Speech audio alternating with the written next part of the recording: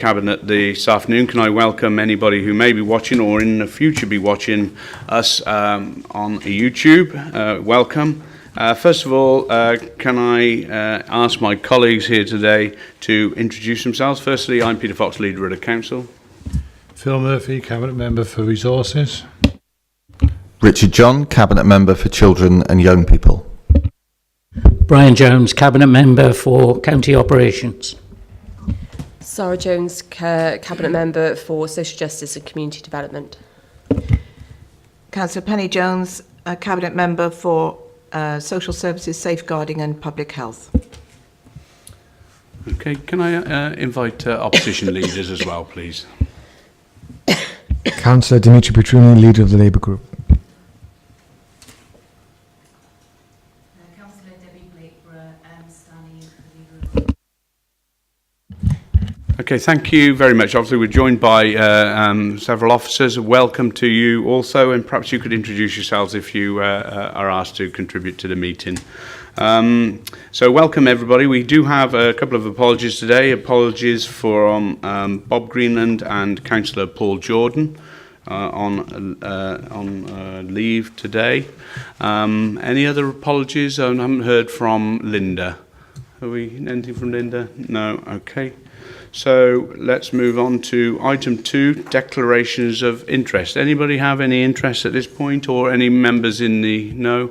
If you find one, as usual, please declare verbally and fill in the appropriate pro forma before the meeting, or when the meeting ends. Okay, so we'll move on into item 3. No, there aren't any select committee reports before us today, so we'll move straight on to item number 4, and the first item is the annual report of the Statutory Director of Social Services, Claire Marchant, and it doesn't need a Cabinet Member to introduce you to introduce your report, Claire, so can I hand straight over to you? Thank you very much, Leader. I'm Claire Marchant, Chief Officer for Social Care and Health in Monmouthshire, and the paper before you this afternoon is the annual report of the Statutory Director of Social Services, which is obviously a position I fulfil for you here in the council. I'm not going to give a terribly long introduction to the report. You may be pleased to hear it's quite a lengthy report, and it's lengthy because we statutorily have to report on a number of aspects in terms of the performance of social services in the county, in common with every other statutory director across Wales. You'll see the format of the report, for those of you who are returning Cabinet members, differs from previous formats, and that's because it is now mandated on a national level how we need to construct these annual reports, and it's very much set out in accordance with the Social Services and Wellbeing Act, which came into force from the 6th of April 2016, and for us in Monmouthshire, as across the rest of Wales, that's the most significant legislative change that we've seen in social services for the last 50 years. And I'm very pleased to report, I suppose my first headline from the report is that transition from previous legislation into new legislation has gone very smoothly. Really thanks not to myself and people over the last year, but thanks to work that's been done in this council over the last 5 years to move to the sort of philosophy and ethos of social work practice and ways of working with people with care and support needs as set out within the Act, which is very much based on strengths of people, strengths of communities, focusing on what people can do rather than what they can't do, understanding what matters to them, trying to connect them to support within their own communities, their own families, their own resources, and then if care and support is needed, making sure that's on the basis of relationships and a relational model which helps them to deliver all the outcomes in their lives, not just their outcomes in terms of care and support. So because of work over a number of years, we were well placed in terms of that change coming forward.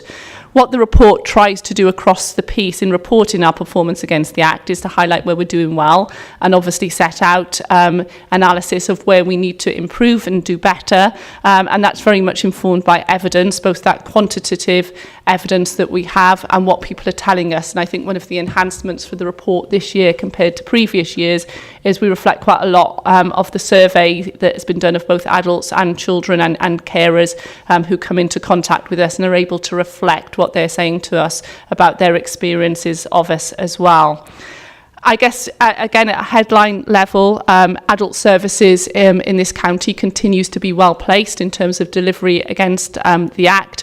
The way that social work practice works is very much based on outcomes and those what matters conversations. We need to make sure that we're recording that in the right way and that we're getting the basics in practice right all the time, as well as working with people around all aspects of their lives. There are challenges in adult social care, particularly around the social care sector, which are highlighted in the report, and around the way that particularly domiciliary care is provided. We are a rural county. We have an ageing demographic, which means securing a workforce can be challenging for those frontline care roles. We've done fantastic work here in terms of the work that's been done to modernise the in-house care at home service, which has now been rolled out across the county. We've got very integrated teams, and we're working very closely with independent private providers to translate that learning from how we deliver domiciliary care in-house into those private providers, and that's one of our key priorities over the next year. In terms of children's social services, it is an improving picture from the analysis I gave in the report last year. Again, members will be aware that we have in place a 3-year children's services improvement programme. The focus in the last year has been very much about the workforce, stabilising that workforce, making sure that we're getting the basics right in terms of practice, and particularly shoring up our arrangements at the front door of children's services. We've done quite a lot of reflection and analysis and triangulation of the evidence around how well we're doing that.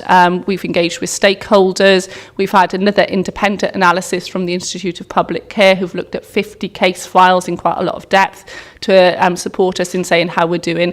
And I'm very pleased to say that in terms of that front door performance in social services, in children's social services, it is on track and starting to be where it needs to be. The workforce has stabilised quite considerably in children's social services. We've seen a reduction in agency workforce. We've seen a stabilisation in our looked after children numbers. We've seen quite a considerable increase in our numbers on the Child Protection Register. At a headline level, those are the key features. Where we need to do more and we need to do better is continuing to integrate that preventative approach, that early intervention and prevention, which should enable us over time to safely reduce our number of looked after children through edge of care services, safely reduce the numbers on the register through child protection services, and should enable us to overall deliver better outcomes for children. And we also need to get deeper into the service around our looked after children outcomes and our outcomes for care leavers. Having gotten the absolute basics right, we need to continue to move through being year 2 now of the 3-year improvement programme. Real progress has been made around wellbeing. I mentioned the Social Services and Wellbeing Act, so I now need to report on progress around wellbeing. Within the report, talk a lot about the place-based type locality approaches that we're taking across the county, really aligning all the resources from the community, from third sector partners, from people themselves in those communities, to be able to provide resilient communities which enable our people at risk of coming into social services or in social services to connect in, have their needs met outside of those statutory services. And which I guess brings me to my final point in terms of the summary. That doing that work around wellbeing is very important, not just because it delivers better lives and better outcomes for people, but also because it is our key to financial sustainability. You will see the section within the report, I'm sure, around the challenges facing social care and the funding of social care, not just in Monmouthshire, but across the UK. That continues to be the challenge. My professional advice to you as a Cabinet is that we continue to do the right thing in delivering against those financial challenges, and critical to that, given our demographics, is managing demand in the most cost-effective way. The report is there, I guess, this afternoon for you to consider and hopefully to endorse en route to Council at the end of July. Thank you. Many thanks, Claire. And this is a substantial report. There's so much stuff. We could spend a lot of time, and no doubt in Council we will be spending a lot of time working through it. And I'm very thankful of the the good progress we're making in some areas, but I'm really pleased about the honesty of the report and about those areas of concern if you've highlighted in 3.3, and obviously are picked up in the various priorities going forward. So there is a lot of positives in here, but we are concerned about that, as you pointed out, that issue around domiciliary care, getting the appropriate care at the right time in a timely manner to keep people in their homes or back at home as fast as possible, not blocked up into hospitals or other provisions, and reducing that number of children on that protection register. That is really fundamental, isn't it? Getting to understand, how can we get into to be more preventative and try to get to the root of some of those things before they progress onto the register. The only thing I'm conscious that one of the recommendations asked us to consider the priorities, and I know it was such a complex and diverse area. You're going to need a lot of priorities, but I'm just a bit anxious that perhaps is 12 priorities too many, whilst they're all important and expected to be delivered on. Should we be honing down into a lesser number of priorities? I'm just conscious of the old mantra we've used again and again: if everything's a priority, what's a priority? But thank you, Claire. Colleagues, can I invite anybody to contribute? Yes, certainly. Penny. Thank you, Leader. Thank you, Claire. A robust annual report which highlights the improvements and the pressure areas in the report, and as the Leader has already said. But the priorities have been clearly set out and provide a realistic set of improvements that we must aspire to, aligned to the Social Services and Wellbeing Act. Effective safeguarding across the service must be maintained and be of the highest standard, and to this end the adult and the children's services are being brought together, with the safeguarding inspection being this year, later on this year, and an independent audit will be completed by then. As Claire has already noted, there's an improvement in the children's services, especially at the front door and with staffing, and the reduction in agency staff in particular. Although, of course, we still have concerns about staffing and the need to accelerate the pace of full integration between TAF and the children's services, and the need for early intervention. The adult services are well placed around domiciliary care, but there are problems, as you've stated, with staffing in the rural areas, rurality. Although the Monmouthshire project, of course, is very successful, and is a beacon of good practice, which we can hold up to the rest of the other local authorities. And overall, I endorse completely what Claire has said in her annual report, and I recommend that the recommendations are taken as written. Yeah, thank you, Penny. Councillor Sarah Jones.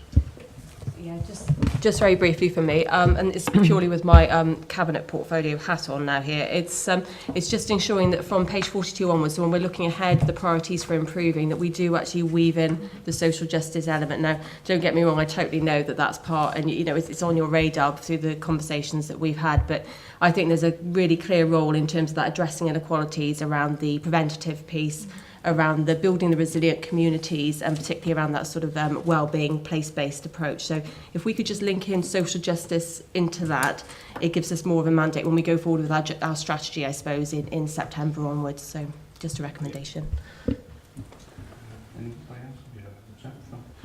Yeah, thank you, Leader. And just picking up on your last point, Claire, this is an area that's needed substantial amounts of budget support over the last couple of years, and the last year was no exception to this, and clearly reading the report you're on that, but is there any apart from the obvious one of the demographics, is there any particular area that you think is going to be particularly problematic over the next 12 months? Yeah, I think I highlighted the social care sector, and I suppose what parts of Wales, not here particularly, have seen is a race to the bottom with domiciliary care and care home provision, and that's resulted in considerable issues and shortages and providers not able to continue to provide particularly domiciliary care and care home in parts of Wales. I think as we move forward with our Turning the World Upside Down approach to commissioning from the independent sector very differently along the lines of the Monmouthshire project that Councillor Jones referred to, we will see a fair price for care coming through as something which is a very significant issue for us to need to address as we go forward. So the quality and the cost do go hand in hand in terms of independent sector, the ability, which really links to the ability to secure a workforce who have got the right skills, who are committed to social care as a career, and don't just come into the sector one weekend and then leave the next. So that I would see as a critical area we need to keep on our agenda. And indeed, there's Welsh Government consultation out at the moment around the domiciliary care workforce terms and conditions. Yeah, thanks for that. On that subject, there's a lot of interest at the moment in 0 hours contracts and various associated points, and we've always increased our budget to make sure that our agents are able to use the living wage properly. What measures have we taken to ensure that that the staff who are engaged on our projects are on suitable contracts? They're not specifying what contracts they should be on. That's a matter for the agency that they work for. We have supported the sector in terms of meeting their requirements around national living wage, and that's reflected in our remuneration to them and the fees that we set. The sector is required to comply with all terms and conditions, and that's set out within the contracts that we have for them. One of the features over the next few years is that domiciliary care workforce will need to be registered with Social Care Wales, the new professional body for social services in Wales. There is a real risk at that point of attrition and it being even more difficult to recruit into the sector. So I think a very mature discussion around terms and conditions and the career pathways that we would support from a training, from a development, from a commissioning point of view with the whole sector in terms of provision is going to be needed as we enter into new contracts. Okay. Anybody else? Oh, Dimitri? Yeah. The Cabinet Member for Social Justice took the words right out of my mouth. There's no reference to social justice whatsoever, which is shocking, really, considering the area we deal with social services. And I would look forward to seeing that in the future, the real interlink with social justice, actually completely integrated, not just a bit part, I think completely integrated in this agenda. A couple of questions. First, the workforce development and retention work in this document is very good, and I like what I read there. Just a couple of questions around measuring outcomes. I've heard it was measuring what matters framework. I've heard that for a while, but it seems to indicate that that it's not being implemented currently, but that in future reports it will be. And then later on the line it says that we're working with Swansea University about measuring it. Could you just explain that to me? Because it just seems I'm a bit confused about that. I would appreciate that. The second question I'd like to ask is about, you talk about the Public Service Board, and there is reference to it around older people on page 20, but then that's it. And I just think, given the area we're covering, would you envision more integrated working with the Public Service Board and looking at major areas across the county, really, in this area? Because it's not just older people I would expect us to be working with on them in that area. And lastly, prevention is absolutely massively key. I mean, there's great work from University of Chicago in relation to the earlier the intervention, the better the outcomes for the person themselves and society in general. I'm just wondering, have you heard of the Reflect programme being administered in Newport? And would that be something we would consider developing if it proved to be successful? Thank you very much. If I just pick up on each one of those in return. I've not explicitly referenced social justice in this draft of the report. The final version that comes forward to council, I will pick up on the comments that have been seen, because I guess I've seen it as almost implicit to everything that we do in social services is working with people who are experiencing disadvantage, inequalities, be it because of a physical condition, a disability, be it because of the challenges in their childhood. And what we're doing is trying to support them to overcome those disabilities, to experience and to benefit from the same life chances as everybody else. So it's implicit rather than explicit, but it's absolutely the business of social services to be at the forefront of the social justice agenda. So apologies that doesn't come across strong enough, but it will in the final version of the report. In terms of the quality and performance framework, we have put in place a new framework, and we spent some time over the last year developing that to really make sure that we're measuring outcomes and what matters. And it's building on and taking us from a situation where I think the national indicators we've had around social services in Wales are variable and continue to be variable. If you look at the reports you get through on a quarterly basis, it can tell you quite a story around children's services, I think. It tells you less of a story about what's really happening in adult social services, that the indicators, are a little bit variable, if I put it that way, in terms of telling that story. And what we want to be able to do is to tell that story through both looking at the outputs, the outcomes, the quality of what we do.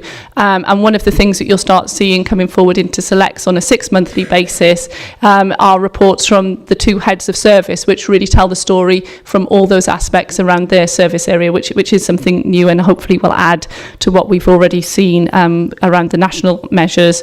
The PSB, absolutely, I talk a lot in the report about the need for effective partnerships, be that on a regional level, be that on a local level with the PSB. We can only do our job in social services if partnership is working as it needs to be, and all other partners are sort of working with us, particularly around that wellbeing, that social justice, that community development part, and that's really important. We've worked with Swansea Uni, coming on to the final point, we've worked with Swansea University, particularly around measures for our place-based locality working. If you recall, when we did the small local enterprise and community coordination work, we really struggled to effectively measure the impact of what we were doing, and that work with Swansea is taking us from that struggle into something which is coherent and that we will be able to report through. And then the final point around Reflect, absolutely, Newport in a sense are piloting that piece of work for the rest of children's services across the greater Gwent area, and we will be looking to implement in due course along with the other partners across Gwent. Thank you, Claire. Debbie. Thanks, Chair. I've got 3 questions for Claire and 1 question for the portfolio holder, Penny, if you don't mind. I'll ask yours first, gives you a bit of time, but actually you started to address it. So the question is around the priorities, and interesting that Councillor Fox has highlighted. I was a little concerned about the huge list of priorities.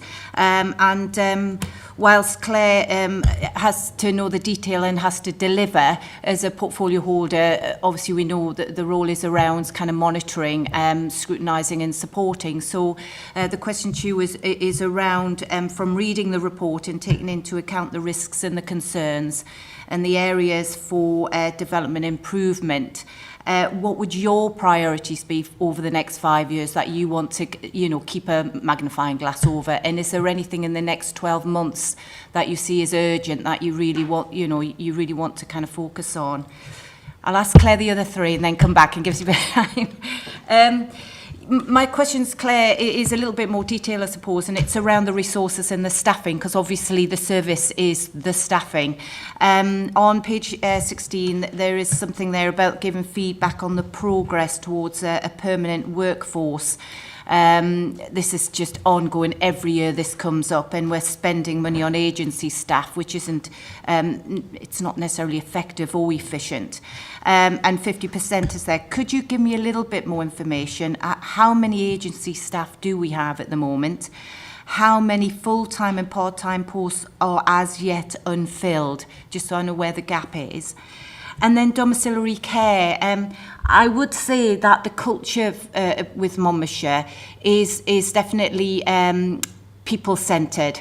And it's about providing a service, but more than that, it's about providing a service with kindness. And I think that's definitely very strong within Monmouthshire.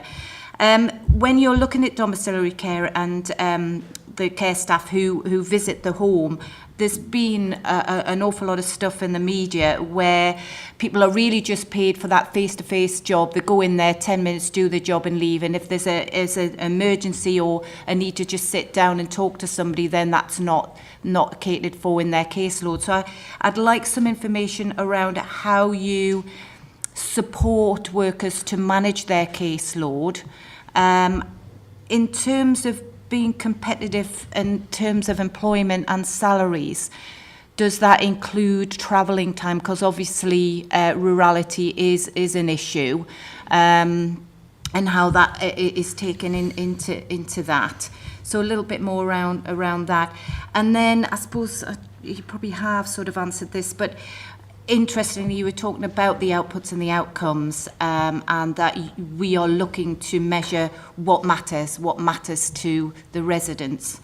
I guess I'd like to understand how you go about finding out what matters and what that looks like. Thanks. Okay, thank you very much. There's a number of questions there. I'm hopefully off the hook when we get to council with some of these. In terms of the first question, which is around the workforce, what the report says, we had the 50% reduction in year, which was down from 17 agency workers to 8 at the end of the year. And obviously we continue to monitor that on a risk-based basis. What I'll do, Councillor Blakeborough, is come back to you with the exact whole-time equivalent, full-time, part-time figures, because I don't have those to hand and I don't want to give you the incorrect answer there. I think very pleasingly, we've got completely fully staffed and fully recruited to now our leadership tier, right down to team manager level, and that's huge progress for us, and I think sets us in a good place in terms of making sure all of our frontline posts are filled. But it continues to be a high risk area. I would highlight this, and we will only step down agency workforce when it is safe to do so from a practice point of view. So one of the particular challenges that we face, you can see the numbers on the Child Protection Register within the report, is making sure that in terms of the sort of pressure that comes around managing cases on the register, going through the court processes, we need to continue to resource that at the right level. Moving on to domiciliary care, I think I've picked up quite a lot of those. You know, statutorily, the whole sector needs to support travel time. There was employment tribunal cases where in parts of the UK that wasn't happening through the sector, and that is supported locally. That whole relational model you talked about, doing care with kindness, it's not task and time. This is people we're dealing with. Yes, there's a personal care element, but far more is having that conversation and making sure we're doing and carrying out those duties in the right way. How we're moving that, we've currently got about 10% of the sector in-house, how we're moving that into the 90% of long-term care in the independent sector really is the business of that turning the world upside down. And you can see how providers are starting to work together through some of the graphs within the report, and you can see also sort of what a big move it is from where commissioning was in that sector to where it needs to be, and we can only do that in partnership with the sector, not through those traditional ways of contracting with them. And then the final point about how you measure outcomes, I think this is one that vexes everybody. You have to do it in a number of ways. You have to look at the individual stories, you have to do that qualitative case file review and understand from cases and aggregate some of that up, but ultimately you ask people, and that is what, and then you take their own sort of self-assessment about how far they've travelled towards the outcomes they want and find an effective way of reporting that through. Okay, thank you, Claire, for those answers. Penny, would you like to pick up on your question? Yes, thank you, Debbie, for the question. Some of mine obviously crossed over with what Debbie has said, but you asked me my 3 most important kind of areas of improvement or priorities. And I'd say one of them is early intervention and prevention. across the board for adults and children. So care in the community, you know, looking after adults, having the right people to go in and care for them and to ensure that they have quality of care in their own community, in their own homes. But also children. There is a problem around early intervention at the moment, and you can see that the number of LAC children has risen a tremendous lot. Now, this could be seen as a positive in that the people are aware of what they should be reporting on, but it could be that prevention hasn't been in place quickly enough. So intervention and therefore prevention. So I think that's an area that we really must concentrate on, accelerate the intervention and the integration of TAF. So that's one. Another one was the quality of care, which is a generic term, I know, but it's something that we must all care about a lot. We must all be proud of, and we must all aspire to. So I think Claire's already said this, the right people in the right places. If you've got people who are, care about the jobs they're doing, then obviously the care will be spread throughout the service. So I think quality of care is something that we must aspire to. And thirdly, I think improving outcomes through partnership. This is a huge subject. I mean, partnership goes on, it's so varied across children and adults. But yes, they were at the Regional Partnership Board. And Mark Draceford, for obviously Welsh Government, is very keen on what he terms as regionalism. And there's going to be pooled budgets in the future. Pooled budgets to do with whatever, say residential care. And I think one of our main priorities is to make sure that Monmouthshire get a fair deal. You know, we could be just dragged along in this, there could be cross-subsidies and all sorts of problems. So I think this year we have to concentrate because there is no going back on this. It looks as though it is a subject that's going, you know, forward at full pelt. And I think we must look out and stand up for Monmouthshire. Okay, thank you, Penny. Thank you for your questions. Claire, thank you very much for presenting the report. Anything you want to close with? No? Okay, let's go to the recommendations then. So there are two recommendations in 2.1 and 2.2 that Cabinet members consider and endorse the analysis in 2016-17 annual report of the Statutory Director concerning the performance and impact of adult and children's wellbeing, social care and health services over the last financial year, and in 2.2 that Cabinet members also consider and endorse the 2017-18 priorities for improvement set out in the report to address the critical risk and development issues in social care and health. So whilst I said what I said about priorities, we clearly, you've identified those as your priorities as a lead officer, and it's not for me to necessarily challenge that. So we look forward for progress on those priorities. So members, are you all in favour of supporting those recommendations? Thank you very much. Thank you, Claire. Okay, right, we'll move on to next item, and that is an update and approval of matters arising from the action plan and safeguarding arrangements regarding Curbcraft scheme. Councillor Penny Jones. Thank you, Leader. Members will recall the presentation of the Welsh Audit Office findings to Council in March of this year, and the adoption of the action plan to improve our management of the Curbcraft service on behalf of the Welsh Government, and of the utmost importance to ensure that we have confidence in the safeguarding arrangements surrounding this service from now on. The action plan approved by the Council in March includes various matters to be brought for members for approval today, and this report seeks approval of the adoption of new procedures for the provision of the Curbcraft service. With regard to ongoing governance and monitoring of performance of the Curbcraft service, further reports will come to Cabinet, Audit Committee and Select Committees, and initially 6 monthly and thereafter annually.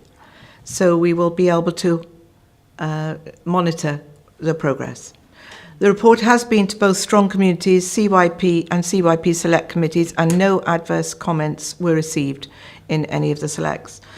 One member did ask if this report should be adopted by the Council, but given the governance arrangements in place, I believe we should continue with the action plan as adopted by the Council in March. I understand that the Head of Operations, following the consultation, is recommending an amendment to one of the recommendations, and Roger is here to explain this further and provide the extended amended recommendation, which is, shall I read it, 2.4, and it is that members confirm that CYP takes responsibilities for the performance of the Curbcraft scheme, working within the overall context of the road safety grant. Thank you. Okay. Thank you for that, Penny, and thanks for the work that's been going on that. And Roger, you want to expand on anything, please? Yeah, thank you, Leader. And I would like to expand on the alteration to recommendation 2.4. It's fairly minor and perhaps subtle, but on reflection, the road safety grant includes functions outside of Curbcraft. It includes matters such as projects to address accident black spots, general education and training to reduce casualties, cycle training, motorcyclist training, Pass Plus Cymru. This is over and above purely Curbcraft. So whilst Curbcraft is obviously school-based, and so CYP will take a lead on that. In terms of the other aspects, they remain as Highways' responsibility. So in fact, as far as Curbcraft's concerned, Highways staff will be acting as a support to CYP. If I may carry on and just highlight a couple of things within the proposals. The new proposals in particular address Wales Audit Office concerns around safeguarding and the use of volunteers and the check-in processes which we had in place and the documentations. The new arrangements actually reduce the number of volunteers, so reducing the admin burden which comes with that. But officers are confident that the new arrangements will allow us to provide Curbcraft to all schools in the future. Welsh Government are aware of the new proposals being prepared. They have been discussed with their officers. They are interested in the proposals and their implementation and how those proceed. This is, after all, a service being provided on behalf of Welsh Government and is provided by all 22 authorities around the country. Thank you, Roger. So were they content with our draft new proposals and procedures? Yeah, officers have met with them, and I believe they are content with that, and they wish to see them implemented. They would like to see them implemented and how those progress. But at the moment, yes, they are content with that, and would be. I can't speak on their behalf, but they may well look to implement or use that perhaps as good practice in the future. Okay, yeah, thanks for that. I mean, we find them at Appendix 2, and you know, they look pretty obvious and things, and and strong and things, and I see the template at Appendix 3 where there's going to be filled out. Who then analyses and checks these have been done? Who will, so who will actually, say yes, that is definitely, that's all ticked, that's right, we're content. Where does that sit? In relation to the actual proposals, if you approve these, then they will go forward. We will implement them. They will then be checked.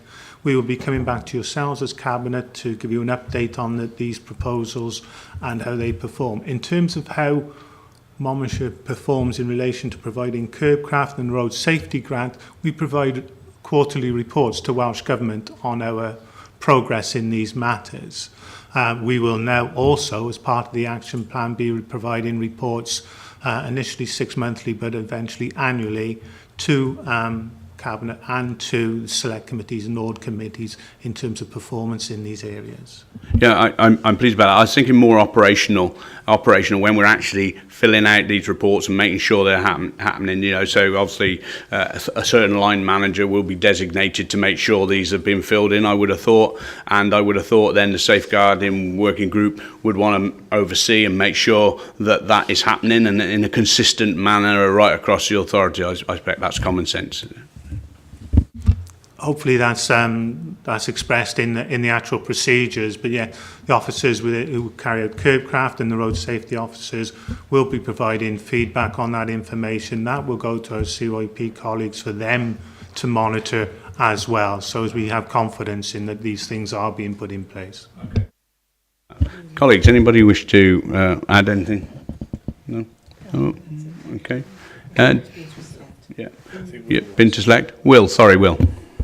Thank you, Will McLean, Chief Officer, Children and Young People. I think just to reinforce Roger's point there, I think obviously on a day-to-day basis, the team will be responsible for their work. They will be closely supervised by CYP staff who will have that oversight of the work they've done in the schools. We'll liaise closely with the schools to make sure our schools are content with the measures being put in place. So we'll keep triangulating the feedback to make sure that we can give those assurances to you and the other committees that the control measures we put in place are working effectively.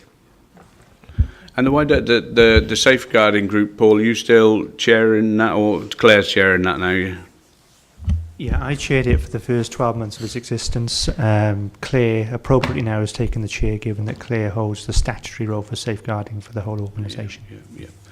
And you know, whilst we're talking specifically about Curbcraft, you know, that we're all obviously very concerned about safeguarding.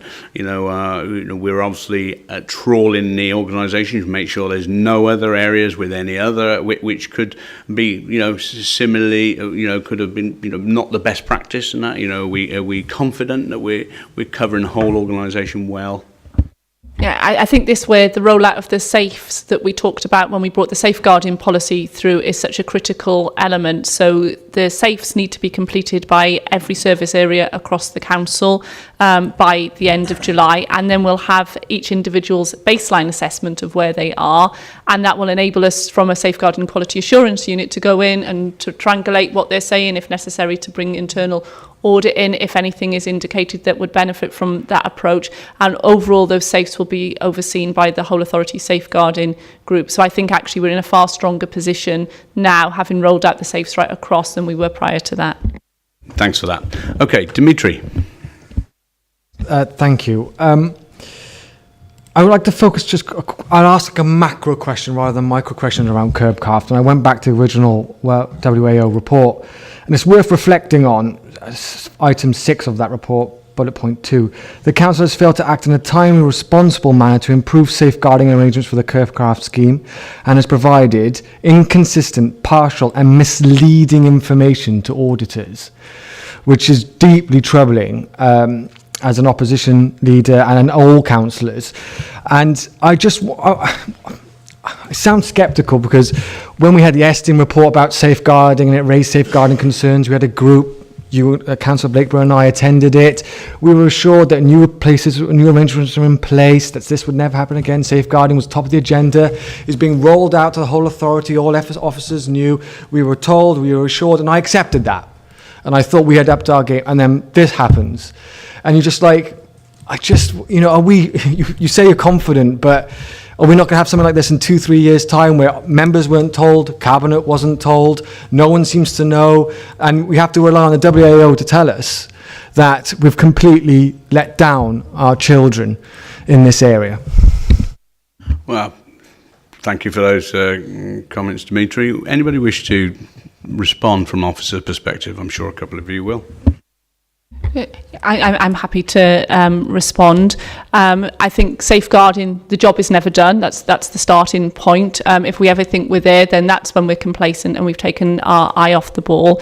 As we could see from the policy that we've taken through Cabinet, which will be en route to Council, making sure that we're fully embedding safeguarding from both a vulnerable adult and adult at risk, as well as a safeguarding children point of view, we need to continue to do, and we need to be on top of those self-evaluations and following through and closing the loop critically on issues that we see right across. And we need to make sure that we've got the mechanisms in place to ensure that we are cited when issues occur, because issues will occur. In terms of the position with WAO, they will be coming back later this year, this financial year at some point, maybe as part of a tripartite inspection with CSSW and Estin. We don't know that detail yet, to look at our overall safeguarding arrangements. And I think it's at that point that there will be some external review which will help us to understand how far on that overall safeguarding journey we are, but we'll never fully be to a destination, because safeguarding continues to move on and continue to have our eye on the ball at all times. Yeah, none of us would like None of us like to find ourselves in these situations where we absolutely believe we're getting things covered, we're doing right, and some things creep up on us. And it would be great to be perfect, and one day perhaps we will be. But I think it's as you say, Claire, when you stop, when you stop asking those questions, or you are complacent, and we have to be as strong and vigilant. I don't know if it's the wrong word, but we need to be as strong and robust in our challenge constantly on this. I hope, Dimitri, you're at least content with the policies and procedures that we are moving today in this report to give you some elements of comfort that we are actually making sure that Curbcraft is the monitoring of that is sound. Yes, please. Sorry, I also would like to reiterate that I think the clarity of people's roles and responsibilities is so much greater now, and also the emphasis on the procedures, the introduction of SAFE and other internal audit and other areas. I don't think this could happen again, but again, you can never say never, but we are much more vigilant. Okay, thank you. Yes, Debbie, I'll bring you in now. Thanks, Chair. I suppose it's getting down to kind of the number crunching, really, isn't it? And when you're looking at awareness, and these were questions I consistently asked but didn't really get the numbers. So the very basics we should be looking at is that all staff should be DBS, and all staff within the organisation, but also those agencies that we bring on board, because technically we're asking them to do the job, so we're still responsible for what they do and how they do it. And the two basics are DBS and at least level 1 training in safeguarding. Organisations I've worked for in the past, they would have been able to tell me how many staff need to be on that training course and how many staff have been on and where the gap is and with the percentage. And I kept asking for that and I never really got it. So, could we get it down to that kind of level of monitoring in detail, rather than we are vigilant and we're kind of aware when mistakes are made, but just to make sure that the basic systems are in place. Claire, do you want to respond to that? Yeah, sure. I think the basic systems are very much there in place for DBS and around safe recruitment. In terms of training, we set out within the policy, the training levels. What the SAFEs are doing and will do is for each service area to do exactly that, is to say who needs to be trained at what level, are they up to date with their service, with their training within each service area. What I am not able to do at this moment in time, and I would love to be able to do, is to press a button and to give me a report as statutory officer to say this is the training piece right across the council. We are reliant on each service area keeping those training records, but we will be looking to work towards a solution where we can have that centralised reporting around this, but that isn't in place at the moment.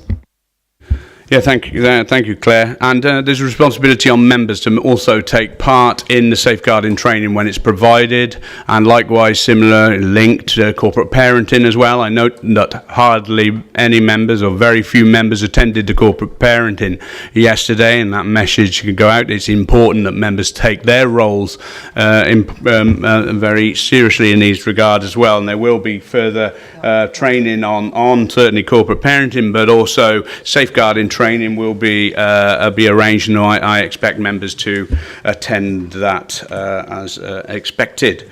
Okay, so I'm going to move us on then to the recommendations in the report, recognising we have an amended 2.4. I think I'll take these on block actually, so I'm going to take recommendations 2.1 through to 2.4, which will be amended appropriately. We've got that amendment will be passed through to Democratic Services. So 2.1, 2.2, 2.3, 2.4, all in favour? Thank you very much. Great, thank you, Roger. Okay, I'm going to present the next report on behalf of Councillor Bob Greenland, and I'm pleased that Hannah Jones is with us today from the Youth Service. I'm sure we'll be able to answer any questions which arise, but this is a youth enterprise, the European Structural Fund programmes, and it's the Inspire to Work, an extension of the Inspire to Work, and it's great actually that Monmouthshire does get a little bit of that funding. There's not many avenues we can get money from the European money into Monmouthshire. So members will remember that we gave approval for the implementation of Inspire to Work back in March last year, and this report is now requesting some additional match funding so that we can extend that programme and enhance the delivery of the programme moving forward. The current Inspire to Work programme for 16 or 18-year-olds was approved, as I said, March last year, and for 3 years, and the total cost of that project was 381,600, and that was split 45% ESF funding and 55% from us as a council at 209,000. There has been a delay, as you'll see in 3.2, following the announcement that Mellon Homes was withdrawing from the project, and I'm sure there might be questions about why they have done that. Inspire to Work enables those young people who we class as NEET, not in education, employment and training, but also others who we want to help move on to out of worklessness. But as you'll see in 4.1 there, it picks up the 16 to 24-year-olds to give them a better range of skills and qualifications, and try to identify meaningful work placements so that they can actually move forward with some hope and some gain some qualifications and basically help those young people to get on in life. And as you see in 4.2, that the programme includes work-based learning, engagement and traineeship programmes which are delivered through Torvine training. And so as they progress through the Inspire to Work programme, other opportunities are unlocked and made available to them through the shared apprenticeship construction scheme and other things like that. So there's an extension required here, and the programme the extended programme is an additional £180,652. 81,293 of that flows from ESF funding, and then there's a requirement for just over 99,000 match funding, and this report's asking that £75,000 of that match funding, broken down over 3 years, is made available from the what's the reserve called? From the what? Investor Redesign Reserve. That's right. And then the balance of the monies would be found from FR40 grant from the project. Somebody can explain what an FR40 grant is, I'm sure, but that will be picking up the balancing amount. So the recommendations are, as I highlighted in 2.1, which picks up, as I said, the need to extend this programme, the request to extend this programme, and for 75,000 of the additional match funding required to come from the reserve I just mentioned. Okay, so colleagues, anybody wish to add something? Sarah. Yeah, I'm very much looking forward to working with Hannah and with Bob as Cabinet Member, because again, this is an area that I think has a real pivotal role within that social justice and addressing inequalities, particularly around employability and addressing needs. So I'm looking forward to working with you on that. In terms of the paper that we have in front of us now, just to see, it's good to see that we've had the endorsement of committee, so it's clearly gone through economy and development, so that's good. It's good to see that we're actually extending the programme up to the age of 24. Again, a positive, I think, on that front. And also that the programme is linking into the wider strategic model around Welsh Government's proposals, or plan rather, around youth engagement and progression frameworks. So I think lots of positives there. Just a couple of questions, though, and I know I've raised it previously, so it might be worth just elaborating so everyone's aware. Just on the Mellin homes, just understanding the reason for their withdrawal from the project. I'm keen to see regular reporting back, so that would be great if that could be factored in.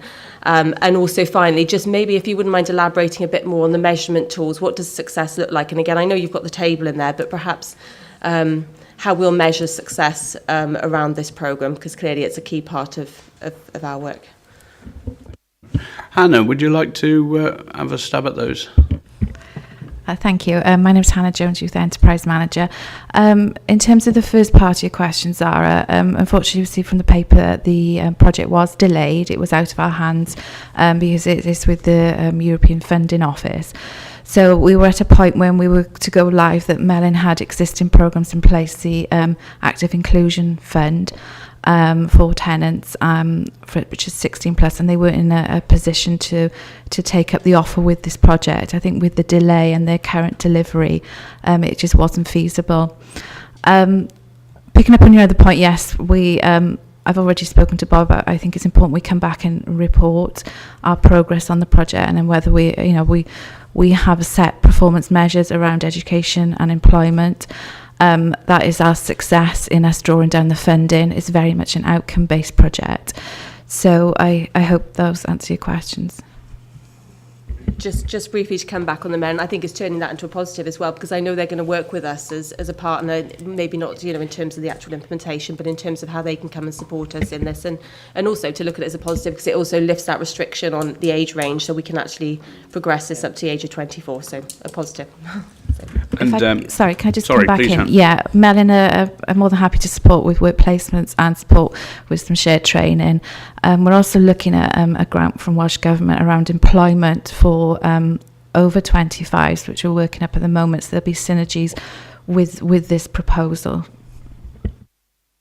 Thanks, Hannah, and thank you also for furnishing us with a few questions we had in advance. So, and I think it's useful for context to now help members understand, just some of the questions which would arise from here. Understanding how many NEETs there may be in Monmouthshire, for instance. I hate to determine somebody a NEET, but a young person who's not in education and employment or training.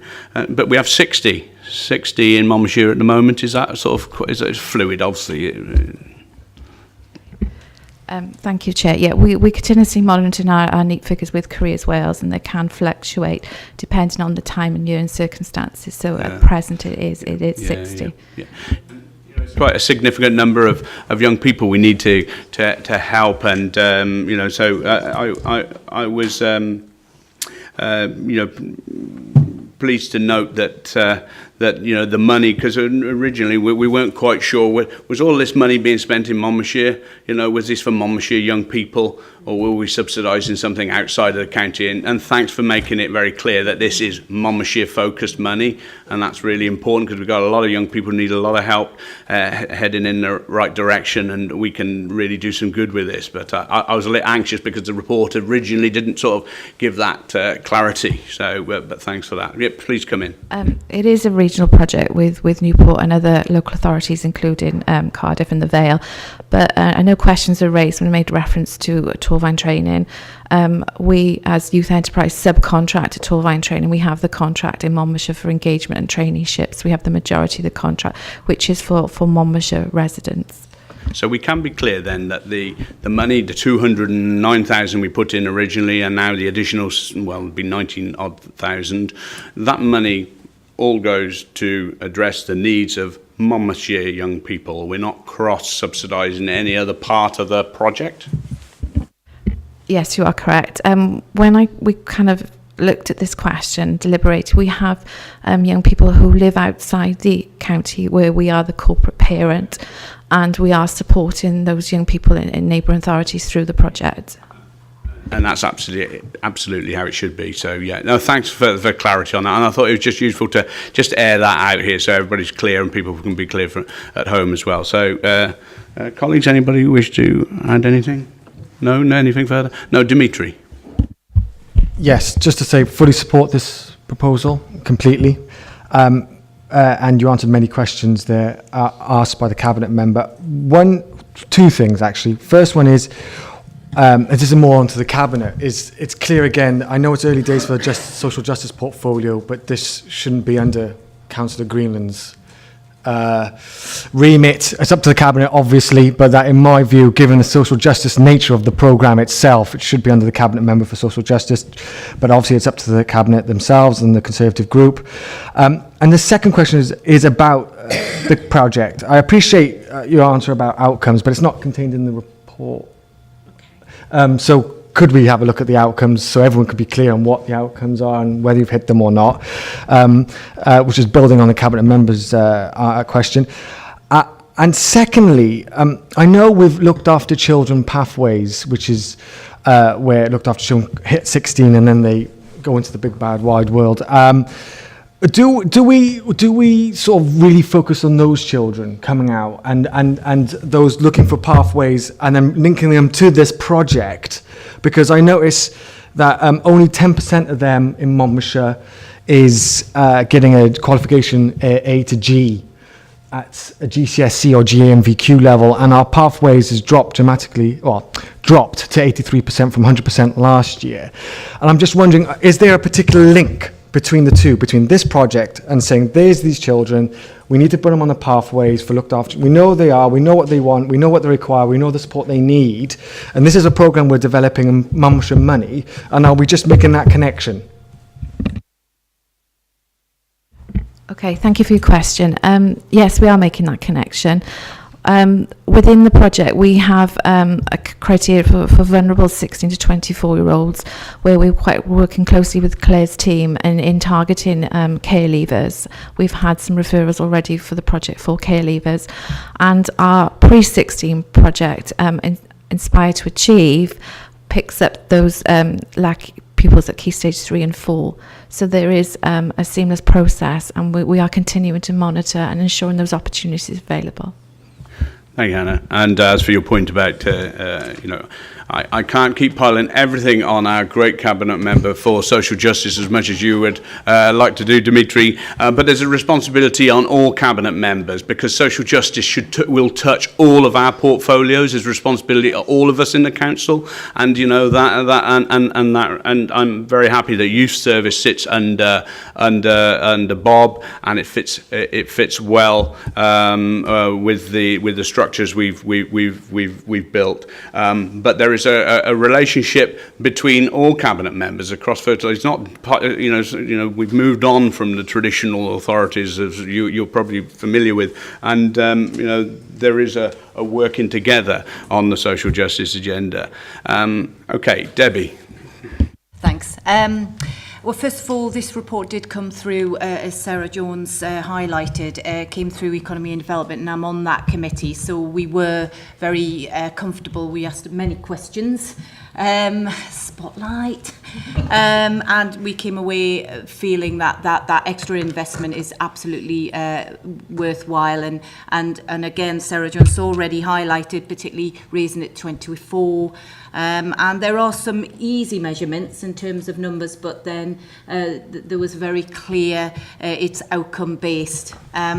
Interestingly, when talking about the portfolios, and I do remember you talking about it's kind of collective working, because you've got issues that straddles all, and this particular issue would straddle, I would suggest, SARA's, CYP, and also Bob Greenland's. And whilst the people will be talking together, and I feel confident that, I have to say Sarah Jones, because she asked the questions I had on my paper, so, I feel confident people are scrutinising from the Cabinet position, but obviously somebody has to be held to account in terms of being responsible, and I guess that's where we have to look towards Bob Greenland for that. The whole Cabinet should be held to account for everything in the Council. We are collective. We're collective responsibility. You can hold me account for everything as leader of the Council, as you will, as you always have done, and quite rightly so. So we put a structure together that I believe will go forward. I created the portfolio of social justice and community development because I could see its importance, and I know you agree with us doing that, because it was disparate across the organisation before, and we're really going to make some traction. Sarah's already making great traction in the direction of joining that thinking up. I know that Steel's, you know, that may still Steel an area of speciality from your side of things, Dimitri, but I know you'll work very closely with Sarah, and because we're on a shared, I'm sure we're on, I mean, I know there's a political challenge needed in the organisation, but there is also a need to work collectively together to drive some real change. And you know, your expertise certainly in your group as well, you know, we should be coming together. I know you're keen, I know you're already doing that, Sarah, by working and going out and visiting members in their wards to identify those programs and the process and problems, you know. So the need for us to come together and work collectively as members to try and address this is a good thing. So it's not about hitting lumps out of each other, it's about actually doing some good. So you know, and I know you welcome that way forward. So, colleagues, I'm going to take us to the recommendation in 2.1, and that is further to endorsement by the Economic and Development Select Committee on the 13th of June.